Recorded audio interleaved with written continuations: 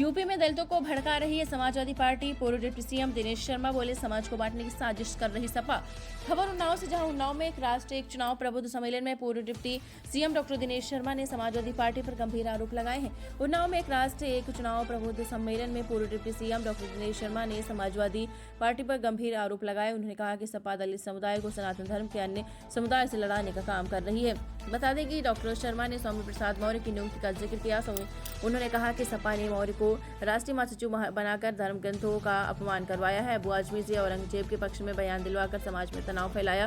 साथ ही दलित सांसद रामजीलाल सुमन से राणा संघा पर बयान दिलवाकर दलितों और प्रबुद्ध वर्ग के बीच टकराव पैदा करने का प्रयास किया जा रहा है। 2027 के विधानसभा चुनाव के संदर्भ में शर्मा ने कहा कि सपा जानबूझकर ऐसे बयानबाजी दे रही है। कार्यक्रम में बड़ी संख्या में प्रबुद्ध वर्ग, बुद्धिजीवी और स्थानीय नेता मौजूद रहे। देखिए, अभी भारत के राजनीतिक इतिहास की एक बहुत बड़ी घटना आजादी के बाद की है। एक गरीब, पिछड़ा और खासतौर से विधवा महिला और तलाकशुदा महिलाओं के लिए एक वरदान बन के ये जो वक्फ का अधिनियम है वो आया है। धारा 370 के संदर्भ में भी एक अधिनियम पारित हुआ, ट्रिपल तलाक के उसमें भी हुआ। यानी प्रधानमंत्री मोदी एक सुधार के परिचायक बने।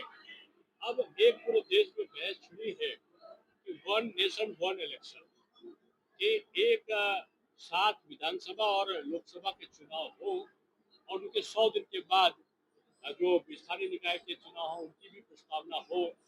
एक पूरे एक कमेटी बनी थी पूर्व राष्ट्रपति आदरणीय रामनाथ कोविंद जी के अध्यक्षता में, जिसमें अमित शाह जी भी थे, गुलाम नबी आजाद भी थे। इन लोगों ने पूरा एक बृहत 47 राजनीतिक दलों से परामर्श किया, जिसमें 32 राजनीतिक दलों ने इसे लागू करने के लिए कहा।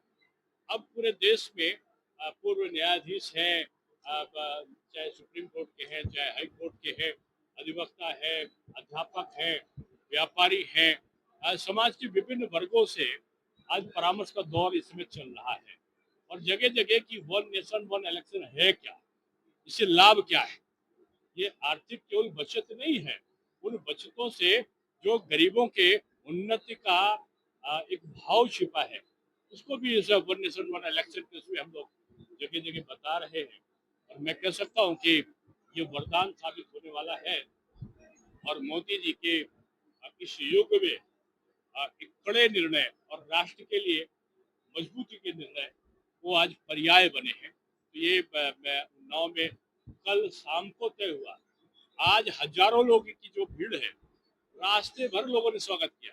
कम से कम मैं समझता हूँ 1 दर्जन से ऊपर जगह पर सैकड़ों लोग इकट्ठा हुए। केवल शाम को ये हुआ कि हम लोग आएंगे, और इसे मोदी जी के प्रति आकर्षण है। आज हजारों लोग सभागार और उसके बाहर आए हैं। ये बहुत भारी समर्थन वन नेशन वन इलेक्शन को मिल रहा है।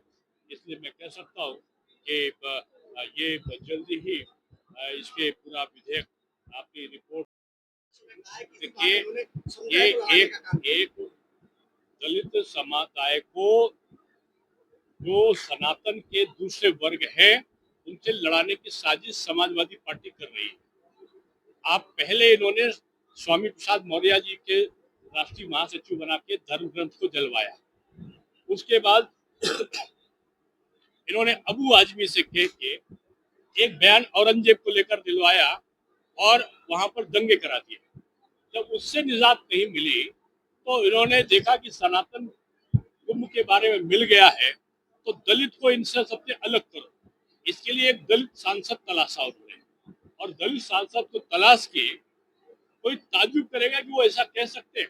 और जान के उन्होंने गाली दिलवाई एक भारत के योद्धा को, जिसमें राष्ट्रवादी लोग खड़े हो जाए फिर कहें ये तो ऊंची जात के लोग हैं, एक दलित सांसद को क्या कह रहे हैं। जान के उत्तेजना कहते 2-2 हाथ करेंगे। आप ऐसा बयान दोगे 2-2 हाथ करेंगे, तो 2-2 हाथ करोगे तो क्रिया की प्रतिक्रिया नहीं हो जाएगी।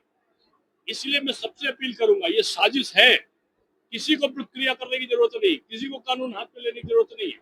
इन्होंने श्री राम अपने सुमन जी को ले के बाद एक और रामचल राजभर को लिया है, जान के कि दलित को से कहलाने वो इंद्रजीत सरोज को लिया है। और जान के छांटते हैं, ये छांटते ऐसे लोगों को है कि वो कुछ ना कुछ बोल दे। इंद्र जी स्तोत्र के माध्यम से उन्होंने देवी देवताओं को गाली दिलाई, उनकी शक्ति को चुनौती दिया। तो उनकी शक्ति को चुनौती दिया, वो समझते हैं कि उनकी क्रिया को प्रतिक्रिया करके कोई उनके साथ अशिष्टता कर दे और फिर वो धरने पे बैठ जाए और कहे कि दलित का अपमान, दलित का अपमान।